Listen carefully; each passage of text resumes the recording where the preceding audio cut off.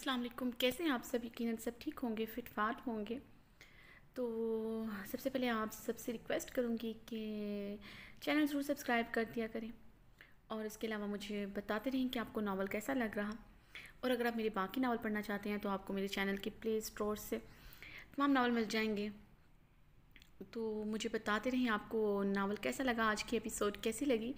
اگر آپ ناول پڑھتے ہیں تو پلیز لائک بھی کر دیا کریں، ایک کلک پہ آپ سب کو کتنی کو دیر لگتی ہے، تو مجھے بتایا ضرور کریں کہ آپ کو ایپیسوڈ کیسی لگی، اس کے بارے میں ریویو دیا کریں۔ پھر اس سے کیا ہوتا ہے کہ مجھے پتہ چلتا ہے آپ کو کیا اچھا لگ رہا ہے، کیا نہیں اچھا لگ رہا، یا آج کا جو میں نے ایپیسوڈ لکھی ہے جس میں اتنی محنت کی ہے تو آپ کو کتنی پسند آئی ہے۔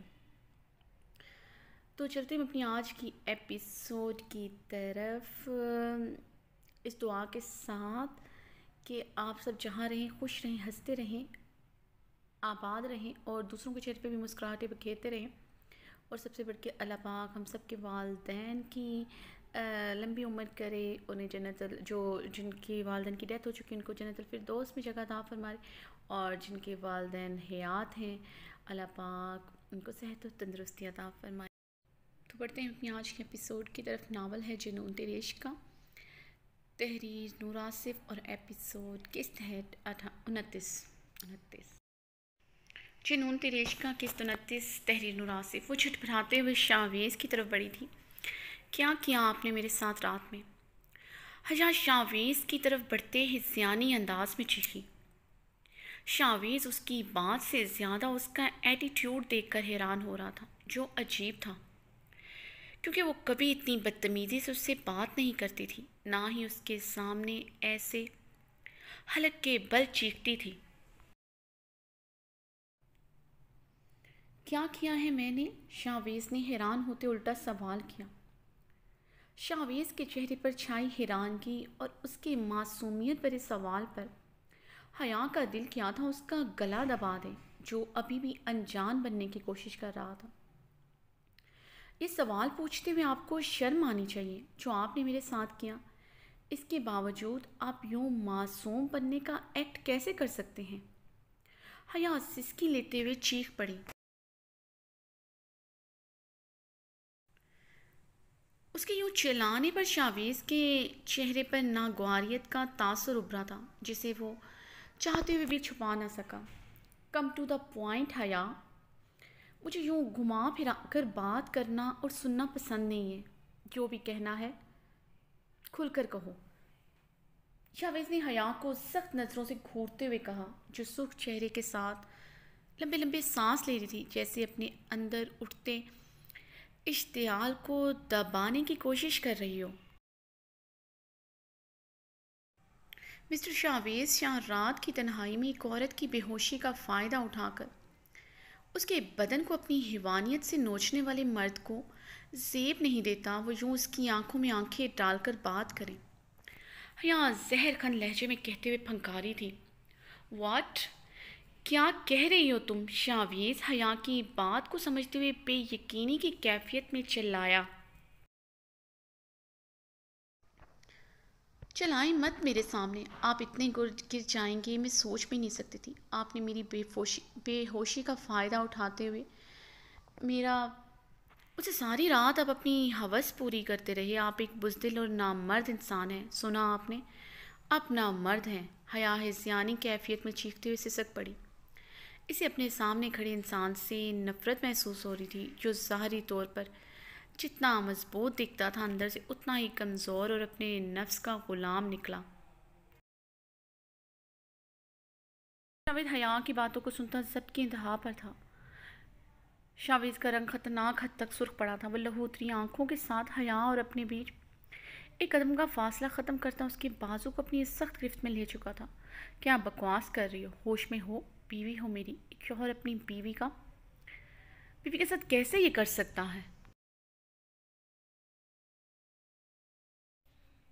یہ فضول بات سوچی بھی تم نے کیسے؟ شاویز اس کے بازو کو اپنے مضبوط پنجے کی گرفت میں جکڑے کر آیا۔ ہسبینڈ اینڈ وائف میں یہ تعلق میوچل انڈرسٹینڈنگ سے قائم ہوتا ہے۔ اگر شوہر اپنی بیوی کی مرضی کے بغیر اس کے قریب جاتا ہے، وہ بھی تب جب وہ اپنے ہوش و حواس میں نہ ہو، تو یہ دھوکہ دہی کہلاتا ہے۔ حیا اپنے آپ کو شاویز کی گرفت سے چھڑواتے ہوئے مچلی۔ شاویز حیرانگی سے اپنی بیوی کی بچگانہ باتیں سن رہا تھا، جس اسلام میں میاں بیوی کے بیچ اس پاک تعلق کا مطلب ہی پتہ نہیں تھا۔ وہ جانتے ہی نہ تھے میاں بیوی کے تعلق میں یہ میرٹل ریپ جیسا لفظ نہیں آتا۔ یہ مغربی ممالک کا بھرا ہوا خناس ہے جو آج کی عورت فیمینزم کے نام پر بڑے دھلے سے اظہار کرتی پھرتی ہے۔ شاویز اس کی بازوں سے اپنی گرفت ہٹاتے ہوئے اپنا رخ پھیر کر اپنے گنے بالوں میں ہاتھ پھیرتے اپنے اشتعال پر قابو پانے لگا۔ اگر وہ اس کی غلط فہمی ہوتی تو وہ بہت پیار سے اسے سمجھاتے ہوئے دور کرتا۔ وہ اس پر الزام لگا رہی تھی، ایسے پریٹینڈ کر رہی تھی جیسے اس پر وہ ذرا سا بھی حق نہیں رکھتا۔ یہی بات شاویز کو مشتعل کر چکی تھی۔ کل ساری رات آپ مجھے نوچتے رہے، کھسوٹتے رہے، اپنا مرد ہونے کے ساتھ ساتھ ایک وحشی انسان بھی ہیں۔ حیا اپنی گردن کے نشان پر ہاتھ رکھے سسک پڑی تھی، جہاں اسے پھر سے ہلکی سی ٹیس اٹھتی محسوس ہوئی۔ شاویز جو رخ پلٹے اپنے اشتعال پر قابو پا رہا تھا، یکدم پلٹتا اسے اپنی مضبوط باہوں میں قید کرتے ہوئے اس کے لبوں پر اپنی لبوں کی گرفت مضبوط کرتے قفل لگا گیا۔ حیا شاویز کو خود سے دور کرتے بری طرح چھٹپٹائی، مگر شاویز کی مضبوط پکڑ میں وہ مچل کر رہ گئی تھی۔ حیا کی سانسوں کے ساتھ بری طرح کھلواڑ کرتے ہوئے وہ اس کے لب کنداری کیے وہ پیچھے ہوا۔ اس سے پہلے وہ سنبھلتے ہوئے اپنی ٹوٹی بکھرتی سانسوں کو بحال کرتی اسے بازو سے دبوچتے ہوئے بیڈ پر بری طرح پٹک گیا۔ حیا اوندے منہ بیڈ پر گری لمبے گہرے سانس لینے لگی، جو اس ستمگر نے چھیننے میں کوئی کسر نہیں چھوڑی تھی۔ شاویز ایک ہی جست میں اس تک پہنچتے ہوئے اس کا رخ جھٹکے سے اپنی طرف موڑا اور اس پر جھکتے ہوئے مکمل طور پر قابو پایا۔ حیا سرخ چہرے کے ساتھ گہری سانس بھرتی سہمی نگاہوں سے اپنے اوپر جھکے شاویز کو دیکھ رہی تھی، جو خون خوار نظروں سے اسے گھور رہا تھا۔ شاویز، آپ اب پھر سے میرے ساتھ ایسا نہیں کر سکتے۔ میں اب کی بار خود کو آپ کی ہوس کی بھینٹ نہیں چڑھنے دوں گی۔ حیا پھولتی سانسوں کے درمیان اٹکتے ہوئے بولی۔ شاویز کا ایک لمحے کو دل کیا تھا اپنی حسین اور بے وقوف بیوی کو اچھی طرح ہوس پوری کرنے کا مطلب بتا دے، یا پھر اس کی چلتی زبان کو کاٹ ڈالے، جو زہر میں بھجے تیروں کی طرح سیدھا اس کے دل پر وار کر رہی تھی۔ شاویز نے حیا پر جھکتے اس کی گردن کے دل پر اپنے لب رکھے۔ حیا شاویز کے لمس پر پوری طرح مچلی تھی۔ یو نو واٹ لو، تم بالکل ٹھیک کہہ رہی ہو۔ میں کل ساری رات تمہارا فائدہ اٹھاتا رہا، جانے کتنی بار میں نے تم سے اتنی بار کہ انکاؤنٹیبل ہے۔ شاویز حیا کی گردن پر جھکتے اس کے دل پر اپنی مونچھیں اور گھنی بیٹ رب کرتے ہوئے سرگوشی نما آواز میں بولا۔ حیا اس کی مونچھوں اور بیٹ کی چبھن سے سسک کر رہ گئی تھی۔ شاویز، دور ہٹے مجھ سے، آئی ہیٹ یو۔ حیا شاویز کو خود سے دور کرتی حلق کے بل چیخی، لیکن اس کے بھاری وجود کو ایک انچ بھی خود سے دور نہ کھسکا سکی تھی۔ وہ اسے مکمل طور پر اپنے شکنجے میں لیے ہوا تھا، وہ سانس بھی مشکل سے لے رہی تھی۔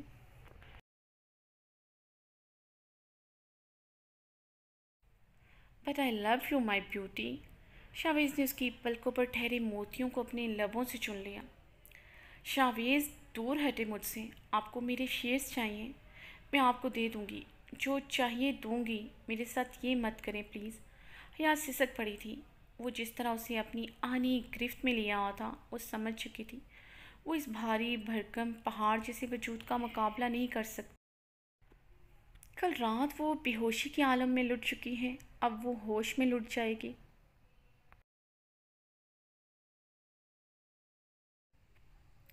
بے وقوف سمجھا ہے مجھے، وہ معمولی سے شیئرز کو لے کر میں کیا کروں گا؟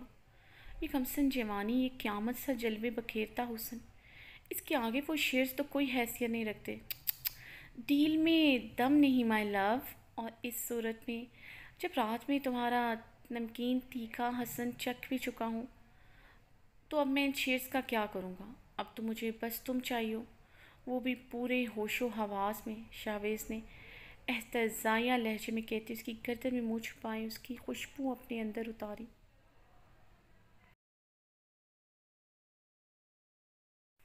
حیا شاویز کی باتوں پر لرز کر رہ گئی تھی۔ کل رات کچھ مسنگ تھا، کچھ ساؤنڈ کی کمی تھی، سم تھنگ لائک تمہاری آہیں اور سسکیاں۔ شاویز معنی خیز انداز میں ہنسا۔ حیا شاویز کی بات پر ڈرتے ہوئے اپنی آنکھیں میچ گئی۔ نو نو نو مائی لو، آنکھیں کھولنی پڑیں گی، یہ تو چیٹنگ ہوئی۔ کل رات بھی تمہاری آنکھیں بند تھیں، ابھی بھی ایسے کرو گی تو کیسے چلے گا لو؟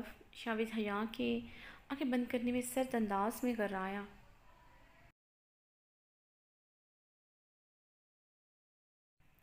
آنکھیں کھولو شاویز دہاڑا تو حیا نے جھٹ سے آنکھیں کھولی۔ کل رات تم بے ہوش ہوئی تھی، من نہیں گئی تھی کہ تمہیں کسی بات کا احساس ہی نہیں ہوتا۔ اگر میں تمہارے پاس آتا تو میں اپنے لمس اور جنونیت سے اتنی اچھی طرح باور کرواتا کہ تمہارے ہوش ٹھکانے لگ جاتے۔ یہ بچکانہ باتیں بند کرو، جن باتوں کا پتہ نہ ہو ان کے باروں میں یوں بڑھ چڑھ کر باتیں نہیں کرتے۔ یہ فلموں اور ناولوں تک کی معلومات اپنے تک ہی رکھو تو بہتر ہوگا۔ شاویز کا لہجہ مذاق اڑاتا ہوا تھا۔ حیا نے ایک دفعہ پھر سے اپنے دونوں ہاتھوں سے شاویز کو دور کرنے کی کوشش کی، مگر نتیجہ ندارد۔ حیا بے بسی سے اپنی آنسو ضبط کر کے رہ گئی۔ شاویز نے اس کی کوششوں پر گہرا مسکراتے ہوئے اس کی کلائیوں کو اپنی گرفت میں لیتے ہوئے تکیے پر سختی سے پن کرتے ہوئے اس کی معمولی سی مزاحمت کا بھی گلا گھونٹ دیا۔ اپنی بیوی کی حسین آنکھوں میں ڈر دیکھنے کا بھی ایک الگ ہی مزہ تھا۔ وہ اپنی کلائیاں جکڑے جانے پر سانس روکے مزید سہمی نظروں سے شاویز کو دیکھنے لگی۔ If my beauty! شاویز اس کی ہنی سی سہمی آنکھوں کو دیکھتے ہوئے منہ میں زہری لب بڑبڑایا تھا۔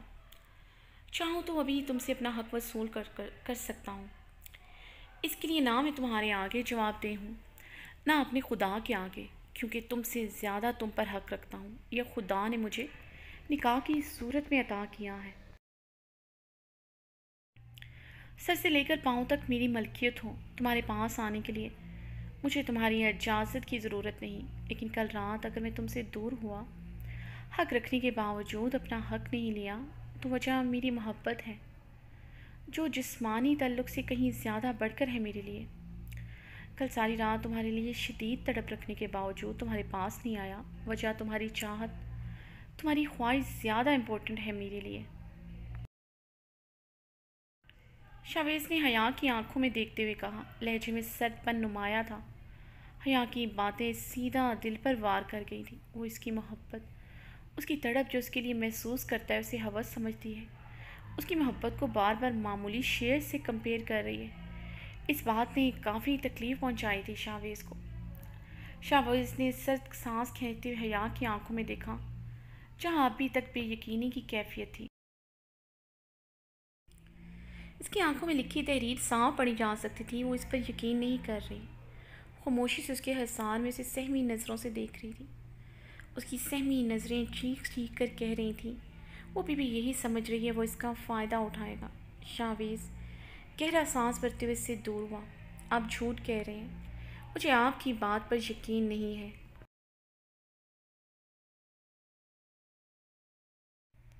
شاویز کی قربت سے رہائی ملتی اس کی جان میں جان آئی تھی، اس لیے دل کی کیفیت کو وہ زبان پہ لاتے ہوئے بھیگے لہجے میں بولی، اپنی ساڑی زمین سے اٹھائے جلدی سے کمرے سے ملحقہ واش روم میں بند ہو گئی۔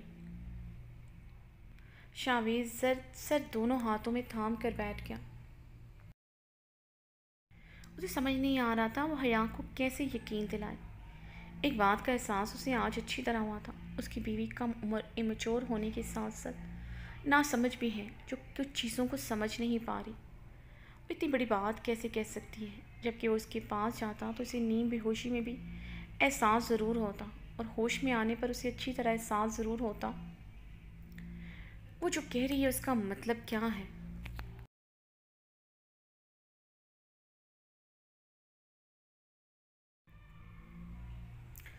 شاویز نے ڈرائیو کرتے ہوئے چڑھتی سی نظر حیا پہ ڈالی، جو اس کی طرف رخ پلٹے ہوئے گاڑی کی ونڈو سے باہر دیکھ رہی تھی۔ وہ جانتا تھا وہ اپنے آنسو پینے کی ناکام کوشش کر رہی ہے، اتنے عرصے میں وہ اتنا تو سمجھ چکا تھا، وہ کسی کے سامنے روتی نہیں ہے، اور یہ بھی کہ وہ یقیناً یہ کار خیر اکیلے میں سر انجام دیتی ہے۔ شاویز کو اب یہ بات چبھنے لگی تھی، وہ اپنے آنسو اس سے کیوں چھپاتی ہے؟ وہ چاہتا تھا وہ روئے، ہنسے، غصہ کرے، صرف اس کے پہلو میں، اس کی قربت میں رہ کر کرے، اپنے ہر جذبے، ہر احساس کو صرف اس سے مشروط کر دے، اس کے سینے میں چھپ کر آنسو بہاتے ہوئے اپنے دل کی ہر بات کہہ ڈالے۔ شاویز نے گہری سانس بھرتے اپنی توجہ ڈرائیونگ پر مرکوز کی۔ وہ اس سے ناراض تھی، اس کی جان پر بن رہی تھی، اب مزید اس سے لا تعلقی نہیں برت سکتا تھا۔ کل رات جس طرح شاویز نے اس کے بغیر تڑپتے ہوئے گزاری تھی، اسے اچھی طرح اندازہ ہو گیا تھا۔ یہ لڑکی اس کے لیے سانسوں سے بھی زیادہ ضروری ہو گئی ہے۔ اب وہ اپنے حیا کے درمیان تعلق کو دل و جان سے قبول کر چکا تھا۔ ایسے میں اس کی بیوی فضول میں یہ غلط فہمی دل میں لے کر بیٹھ گئی تھی۔ شاویز نے ایک دفعہ پھر سے سخت سانس کھینچتے ہوئے اپنی بیوی کو دیکھا، جو ساڑی میں لپٹی اس کی طرف سے رخ موڑ کر بیٹھی تھی۔ اس کی بل کھاتی کمر شاویز کے ہوش اڑائے ہوئے تھی۔ Beautiful beautiful you are so beautiful, beautiful beautiful جانم۔ شاویز کی گنگناہٹ پر حیا نے رخ موڑ کر شاویز کو دیکھا، جو ونڈ سکرین پر نظریں جمائے اسٹیئرنگ پر اپنی انگلیاں تھرتھراتے ہوئے گنگنا رہا تھا۔ تھوڑی دیر پہلے اسے احساس ہوا تھا وہ اس کو دیکھتے ہوئے گنگنا رہا ہے۔ جب شاویز کی نظروں کی تپش خود پر محسوس کرتے ہوئے اس نے گردن موڑ کر اس کی طرف دیکھا، وہ ونڈ سکرین پر نظریں جمائے گنگنا رہا تھا۔ حیا جھلاتے ہوئے دوبارہ رخ موڑ beautiful beautiful you are so beautiful جانم۔ شاویز کی گنگناہٹ ہنوز ویسے ہی جاری تھی، اور وہ اس کی نظروں کی تپش بھی اچھی طرح خود پر محسوس کر رہی تھی۔ حیا سرخ چہرے کے ساتھ اپنے لب مسلسل کاٹتے، اپنی آنکھوں میں امڑتے آنسوؤں کو روکنے کی ناکام کوشش کرتے ہوئے ونڈ سکرین سے باہر دیکھ رہی تھی۔ گاڑی شاہ ولا کے طویل ڈرائیو وے پہ آ کر رکی۔ حیا نے جلدی سے دروازے کا لاک کھولتے ہوئے اترنا چاہا، لیکن شاویز دوبارہ سے گاڑی کو لاک کرتا اسے کلائی سے کھینچتے ہوئے اپنے سینے کے ساتھ لپٹا چکا تھا۔ ایسے ہی چلی جاؤ گی لو، مجھے یوں ادھورا چھوڑ کر؟ وہ شدت سے اسے اپنے سینے سے لپٹائے گھمبیر آواز میں بولا۔ حیا کو شاویز کی ڈٹائی پہ مزید رونا آیا، اور اس سے شدید نفرت کا بھی احساس ہو رہا تھا، جسے کسی بات کی کوئی پشیمانی نہیں تھی۔ وہ ایسے اس سے پیار جتا رہا تھا، ایسے اپنا حق جتا رہا تھا، جسے رات اس نے خود کو اسے اپنی مرضی سے سونپا ہو۔ حیا کا دماغ پھر اس بات پر اٹک گیا تھا، وہ چاہ کر بھی بھول نہیں پا رہی تھی جو شاویز نے اس کے ساتھ کیا۔ شاویز نے اس سے دور ہوتے ہوئے اس کے چہرے کو دونوں ہاتھوں میں بھرتے حیا کے ماتھے پر اپنے سلکتے ہوئے لب رکھے۔ شاویز کے نرم لمس پر اس کی آنکھوں سے دو موتی ٹوٹ کر برسے تھے۔ اسے شاویز کے لمس سے اذیت ہوئی تھی۔ شاویز، یہ سب کر کے آپ کیا ثابت کرنا چاہتے ہیں؟ حیا شاویز سے دور ہوتے نم آنکھوں کے ساتھ جنجلاتے لہجے میں بولی۔ یہی کہ میں تم سے بہت پیار کرتا ہوں، شاویز نے جذب سے کہتے ہوئے حیا کے ہاتھوں کو تھامتے ہوئے اپنا استحقاق بھرا لمس اس کی ہاتھ کی ہتھیلیوں پر چھوڑا تھا۔ بٹ آئی ہیٹ یو، حیا نے سسکی بھرتے ہوئے کہا۔ But I love you so مچ مائی لو۔ شاویز نے اس کی پچھلی گردن میں ہاتھ ڈالتے اس کی آنکھوں کی نمی پر اپنے لب رکھے۔ حیا نے جھٹپٹاتے ہوئے اسے خود سے دور کیا۔ وہ کل رات سے ایسے ہی اس پر اپنا حق جتا رہا تھا۔ حیا مزید روحان سی ہوئی۔ شاویز اس کے جھٹپٹانے پر اسے دونوں شانوں سے تھام کر سیٹ کی پشت کے ساتھ لگاتے ہوئے اس پر جھکا۔ شاویز نے بہت سختی سے اس کی پچھلی گردن میں ہاتھ ڈال رکھا تھا۔ وہ شاویز کی گرفت میں اپنی گردن بھی ہلا نہیں پا رہی تھی۔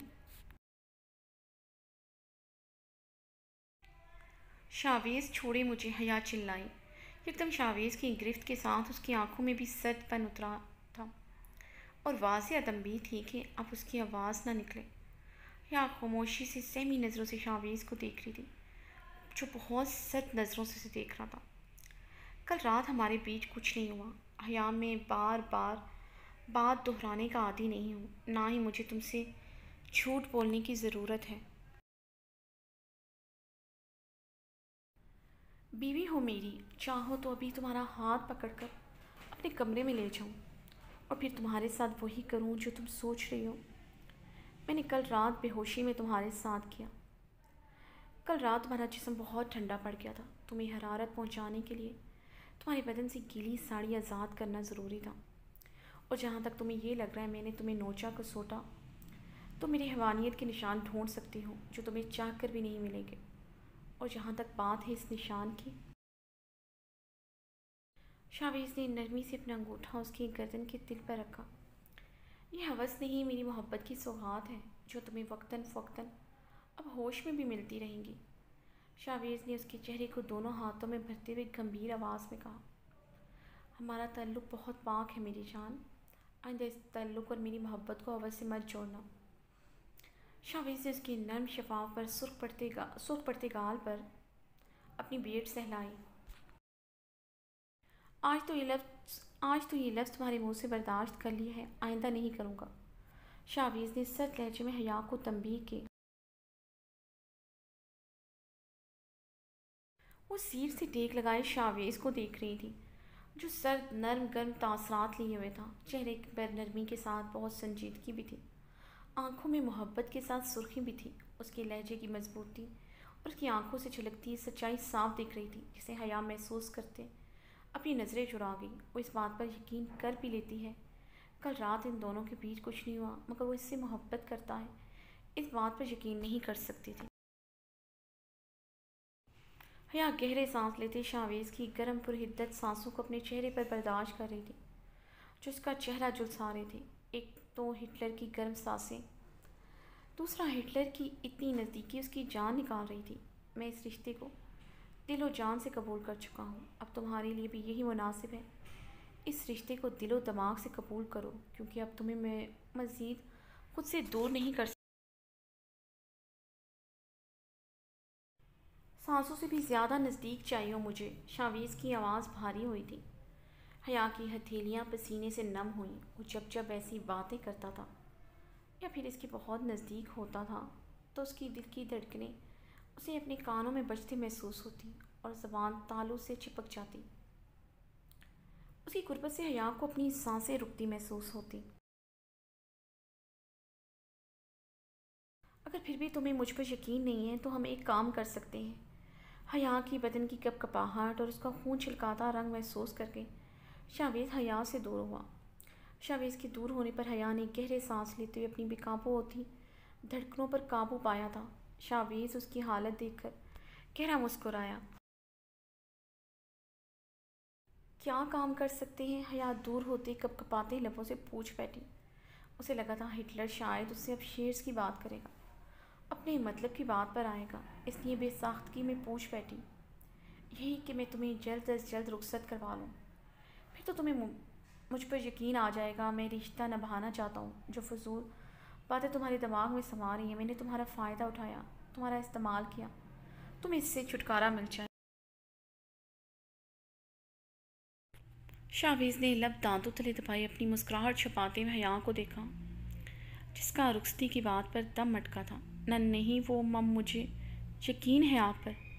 حیا جلدی سے ایک ہی سانس میں بولی۔ شاویز نے بہت مشکل سے اپنے اڑنے والے کہکے پہ قابو پایا تھا۔ That's like look a sensible wife. Good, اب تمہارے منہ سے یہ بات نہ سنو، ورنہ تمہیں یقین دلانے کے لیے میرے پاس یہی ایک آپشن رہ جائے گا۔ اوکے لو، شاویز نے حیا کی طرف جھکتے ہوئے بہت پیار سے کہا۔ حیا نے جلدی سے اس بات میں گردن ہلائی تھی۔ گڈ مائی بیوٹی، اب جاؤ، اچھا سا ناشتہ کرو اور مجھے آفس میں ملو، اور ڈھنگ کے کپڑوں میں آنا۔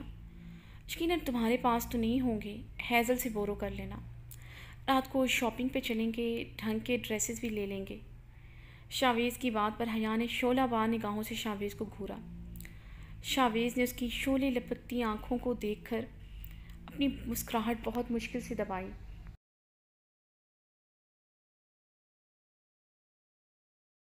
اب آپ لاک کھولیں گے یا پھر میں گاڑی کے گلاس روف سے چلی جاؤں؟ حیا نے دانت کچکچاتے ہوئے کہا۔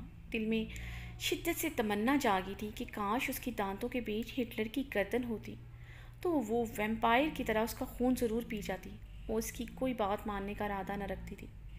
جہاں کچھ کہتی تو وہ پھر سے اپنی قربت اور پیار کی مار مارتا۔ اس کے لیے شاویز کی ڈانٹ سے زیادہ اس کا پیار زیادہ خطرناک ثابت ہوا تھا۔ بیسٹ آپشن ہے، میں تمہیں یہ کرتا دیکھنا چاہوں گا۔ شاویز نے مسکراہٹ دبائی حیا کی آنکھوں میں دیکھتے ہوئے سنجیدگی سے کہا۔ حیا سرخ چہرے کے ساتھ کچھ پل شاویز کو گھور کر دیکھتی رہی، پھر غصے سے رخ پلٹتے ہوئے اپنی طرف کے دروازے کا لاک کھولنے کی کوشش کرنے لگی۔ اب کی بار شاویز کو لاک کھولنے کو نہیں کہا تھا، بلکہ پوری قوت سے دروازے کے لاک کے ساتھ زور آزمائی جاری تھی، جسے شاویز نے دیکھتے ہوئے گاڑی کا لاک کھول دیا۔ حیا نے ایک نظر پھر سے شاویز کو شعلہ بار نگاہوں سے گھور کر دیکھا اور دروازہ کھول کر باہر نکل گئی، جاتے ہوئے دروازہ زور سے مارنا نہ بھولی تھی۔ شاویز کا برجستہ قہقہ گاڑی میں گونجا تھا۔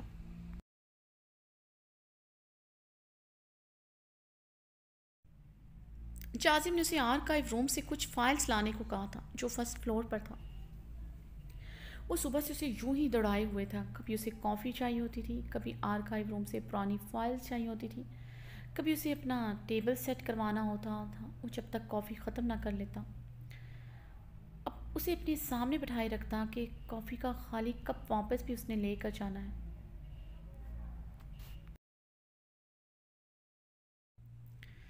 آج ایک منٹ بھی اس نے اسے ٹک کر بیٹھنے نہیں دیا تھا، لیکن ایسے میں وہ گھن چکر بن کر رہ گئی تھی۔ اسے فرسٹ فلور پر سیڑھیوں کے ذریعے جانا ہوتا تھا۔ وہ اس کے ایک ایک سٹیپ، ایک ایک سیکنڈ بھی کاؤنٹ کرتا تھا کہ اسے اتنی دیر کہاں ہوئی۔ وہ مختلف بہانے بنا کر تھک گئی تھی۔ اسے اپنی کلاسٹروفوبیا کے متعلق نہیں بتا سکتی تھی۔ یقیناً اس بات کو لے کر اس کا بہت مذاق اڑاتا اور اسے ٹارچر کرنے کے لیے اس سے زیادہ اس کے چکر لگواتا۔ وہ بھاگ بھاگ کر سیڑھیاں چڑھ اتر رہی تھی۔ اب تو اس کے پاؤں کی ایڑیاں بھی دکھنے لگی تھیں۔ ہیزل آرکائیو روم سے مطلوبہ فائلز لے کر دروازے کی طرف بڑھی ہی تھی کہ خوف کے مارے اس کے قدم وہیں پہ جکڑے گئے۔ دروازے کے اوپر بڑی سی چھپکلی چپکی دکھائی دی۔ وہ کافی دیر وہیں پر کھڑی اسے دور سے بھگانے کی کوشش کرتی رہی۔ وہ ٹچ سے مس نہ ہوئی۔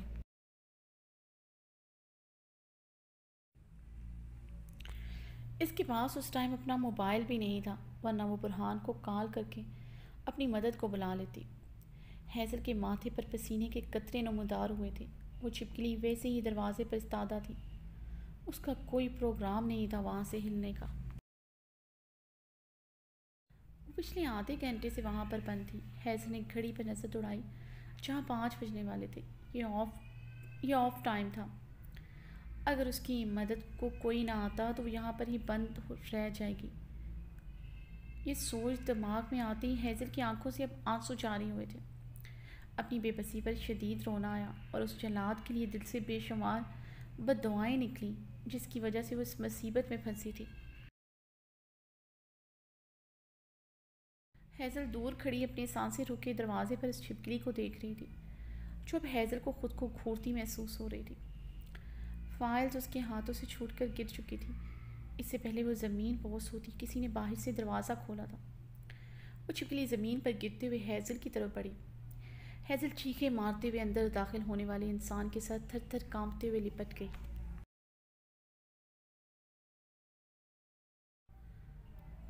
ہیزل کو آرکائیو روم میں گئے ہوئے جب آدھا گھنٹہ ہوا تو جازم کے ماتھے پر سلوٹیں گہری ہوئی تھیں۔ اسے وہ فائلز تو نہیں چاہیے تھی۔ وہ تو صرف اس ہیزل کو اس کے کیبن میں بیٹھے نہیں دیکھ سکتا تھا۔ وہ نہیں چاہتا تھا ہیزل کو کوئی بھی اپنا کام سونپے۔ یہ لڑکی کچھ زیادہ ہی سلو ہے۔ جو کام 5 منٹ کا ہوتا ہے وہ 10 منٹ میں کرتی ہے، جو 10 منٹ کا ہوتا ہے اسے آدھے گھنٹے میں کرتی ہے۔ جازم نے جھنجھلاتے ہوئے اپنی رسٹ واچ پر نظر دوڑائی اور پھر اپنے غصے پہ قابو پاتے ہوئے آرکائیو روم کی طرف گیا۔ وہ جیسے ہی روم میں داخل ہوا تو ہیزل اس کی طرف بڑھتے اس کے سینے کے ساتھ لپٹ گئی۔ جازم سٹل مجسم ہوا تھا۔ وہ آنکھیں مودے اس کے سینے کے ساتھ لپٹی کانپ رہی تھی۔ جازم اسٹل مجسم بنا کھڑا تھا، آنکھیں سرخ ہوئی تھیں۔ جازم نے اپنے دونوں ہاتھوں کی مٹھیاں سختی سے بھینچی، لمبے گہرے سانس لیتے اپنے اندر امڑتے جذباتوں پر قابو پایا تھا جو جازم کے لیے بہت مشکل ثابت ہو رہا تھا۔ اس کے سینے سے لپٹی اس کا کڑا امتحان لے رہی تھی۔ وہ خود کو ایک سحر میں جکڑا محسوس کر رہا تھا۔ اس کے بدن سے اٹھتی مسحور کن خوشبو جازم کی حواس خمسہ پر چھانتی ہوئی اس کی حواس معطل کر چکی تھی۔ جازم نے اپنے جذبات پر قابو پاتے ہوئے اپنے ہونٹ پوری طرح کچلتے ہوئے ایک جھٹکے سے اسے خود سے دور کیا تھا۔ کیا ہوا ہے تمہیں؟ یہ چیخ کیوں ماری اور ایسے کانپ کیوں رہی ہو؟ جازم سرد انداز میں غرایا۔ ہیزل کے گالوں پر لڑکتے آنسو دیکھ کر دل شدید بے چین ہوا تھا، مگر رخ موڑ کر خود پر قابو پا لیا گیا تھا۔ وہ جس طرح اس کے سینے کے ساتھ لپٹی تھی وہ ابھی تک اپنی کیفیت سے باہر نہیں نکل پا رہا تھا۔ کیا مسئلہ ہے؟ یہ رویا کس خوشی میں جا رہا ہے؟ رخ پلٹ کر سختی سے سوال کیا۔ وہ دروازے پر چھپکلی تھی۔ ہیزل نے روتے ہوئے کہا، تو اس میں رونے کی کیا بات ہے؟ جازم نے اپنا ماتھا سہلاتے ہوئے اپنی جھنجھلاہٹ پر قابو پاتے ہوئے پوچھا۔ مقابل کے آنسو برداشت کیوں نہیں ہوئے تھے؟ سرد نظروں سے گھور کر اب ہیزل کو دیکھا جو ہچکیوں میں رو رہی تھی۔ میں کب سے اسے بھگانے کی کوشش کر رہی تھی، وہ وہاں سے ہل نہیں رہی تھی، تو مجھے لگا سب مجھے یہاں ہی چھوڑ کر چلے جائیں گے اور اب میں ادھر سے کبھی بھی نکل نہیں پاؤں گی۔ ہیزل نے روتے ہوئے معصومیت سے کہا۔ وہ پاگل اتنا نہیں سمجھ پائی تھی، اس کے سامنے کھڑا انسان کبھی اسے ادھر چھوڑ کر نہ جاتا۔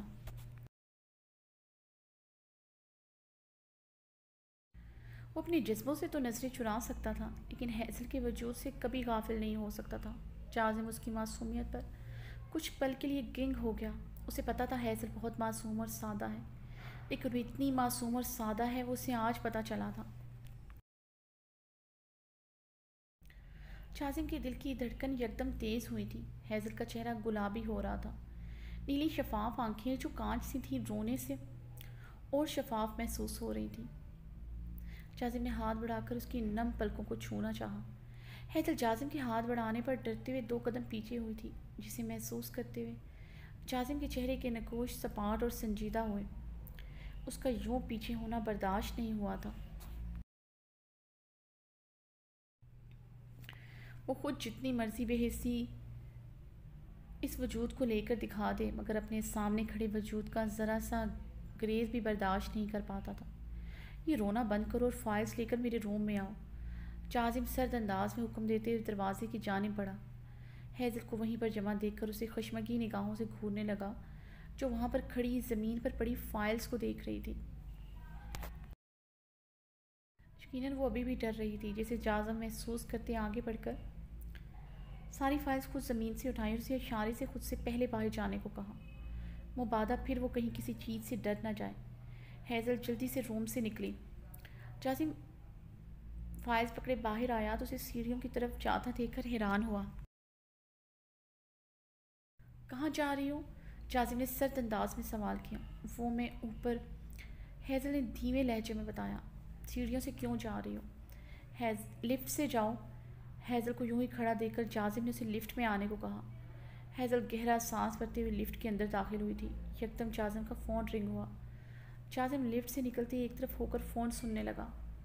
ہیزل نے موقع غنیمت جان کر سیڑھیوں کی طرف دوڑ لگائی تھی۔ وہ جب ہانپتے ہوئے اوپر پہنچی تو برہان چہرے پر ڈھیروں پریشانی اور اشتعال لیے آفس کا چکر لگا رہا تھا۔ سارا آفس سٹاف جا چکا تھا۔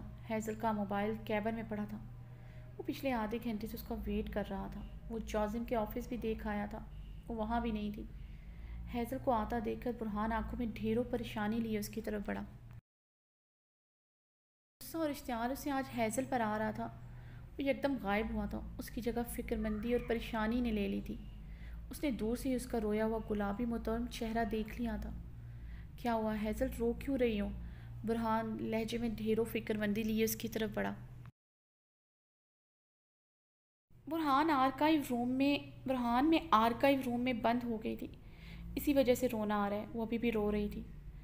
تم آرکائیو روم میں کیا کرنے گئی تھی؟ برہان خان زادہ نے ہیزل کے نم گال کی طرف اپنا ہاتھ بڑھایا، پھر ایک گہرا سانس بھرے سرد سے اپنا ہاتھ پیچھے کھینچ لیا۔ سر جازم نے بھیجا تھا، انہیں کچھ فائل چاہیے تھی۔ کہ جازم کے ذکر پر برہان نے اپنی بٹھی بھینچ کر اپنے اشتعال پر قابو پایا۔ اچھا چلو اپنی چیزیں سمیٹو، آگے بہت ٹائم ہو گیا ہے، اب گھر چلنا چاہیے، برہان نے نرم لہجے میں کہا۔ ہیزل کے آنسو اسے اپنے دل پر گرتے محسوس ہوئے۔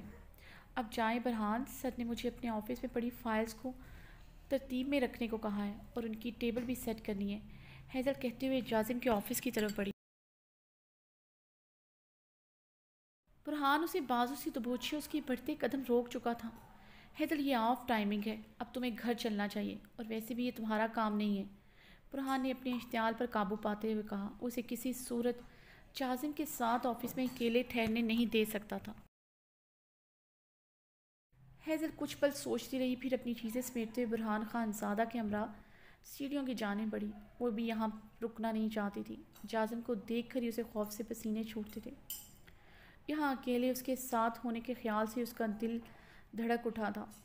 اس لیے برہان خان کی ہم قدم سیڑھیوں کی جانب بڑھی۔